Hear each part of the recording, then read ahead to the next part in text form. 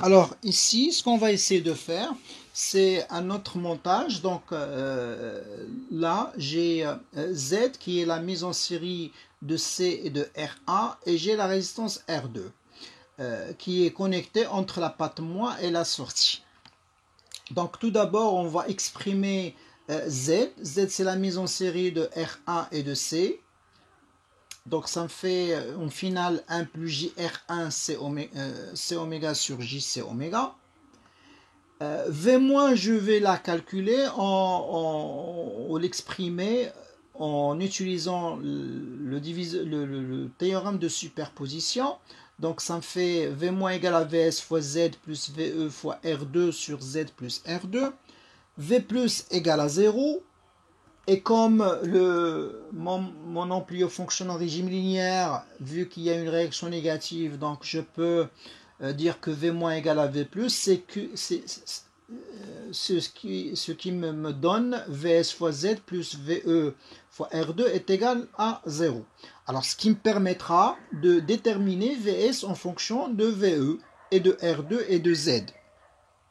Et du coup, je pourrais facilement exprimer la fonction transfert t est égal à Vs sur Ve, ce qui me donne moins R2 sur Z. Alors maintenant, je n'ai qu'à remplacer Z par son expression, hein, c'est-à-dire 1 plus JR1 C oméga sur JC oméga, ce qui me donne l'expression t est égal à moins JR2 C oméga sur 1 plus JR1 C oméga. Alors, remarquons une chose ici qui est très très importante, c'est que en numérateur j'ai R2, JR2C oméga, donc l'expression qui est multipliée par oméga c'est R2C, et en dénominateur l'expression qui est multipliée par oméga c'est R1C. Alors, si je peux laisser cette expression telle qu'elle, sauf que je vais avoir un petit problème, c'est que là, je vais avoir deux pulsations différentes. C'est-à-dire, si je peux mettre un oméga 2 est égal à 1 sur R2C, et je peux mettre oméga 1 égal à 1 sur R1C, ça va me poser un petit problème. Alors, pour faciliter les choses, ce que je vais essayer de faire, c'est de multiplier. Ce que je vais faire, c'est de multiplier le numérateur et le dénominateur par R1. Alors, plutôt multiplier par R1 sur R1. D'accord? Donc, si je multiplie, je vais essayer de multiplier ça par R1 sur R1. Donc c'est comme si j'ai rien fait, hein, d'accord? Donc je vais juste multiplier par R1 sur R1.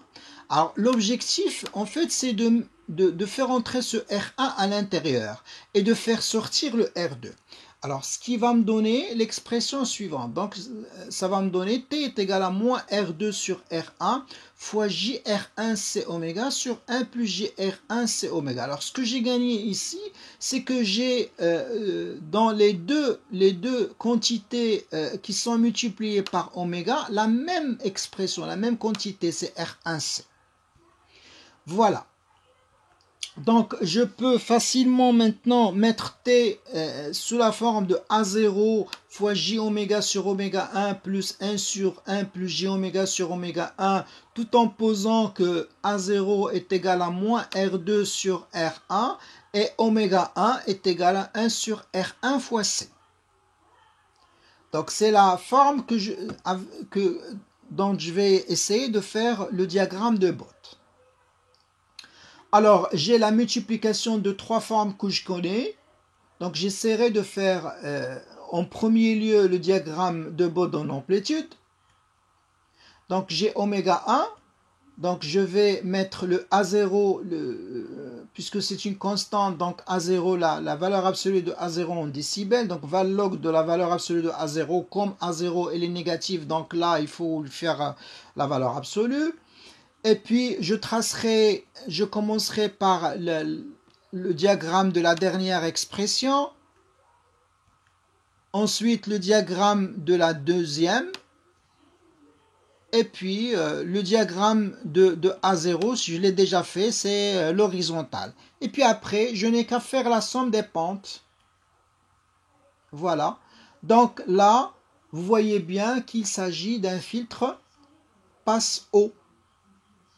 Pour ce qui est du diagramme de Bode en phase, donc je commence par la constante A0, comme elle est négative, donc ça me fait une phase de pi. Pour j oméga sur oméga 1, donc ça me fera pi sur 2. Et puis pour l'expression 1 sur 1 plus j oméga sur oméga 1, donc ça me fera ça, d'accord, donc de 0 jusqu'à moins pi sur 2. Et puis je ferai la somme, ce qui me donnera 3 pi sur 2 jusqu'à pi sur 2 avec une représentation envers du diagramme réel de Bode en phase.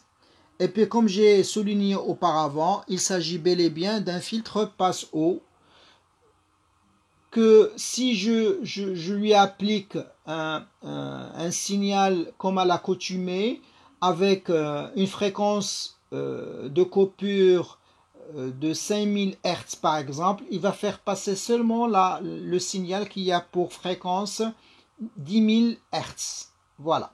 Alors, sauf ici, comme vous voyez, j'ai fait une multiplication par A0 parce qu'en fait, ici, j'ai l'amplitude de signal VE qui va être multiplié par A0. Et si A0 est supérieur à 1, donc automatiquement, nous allons avoir l'amplitude de VS qui va être supérieure à l'amplitude de VE. Et c'est pour cela qu'on l'appelle un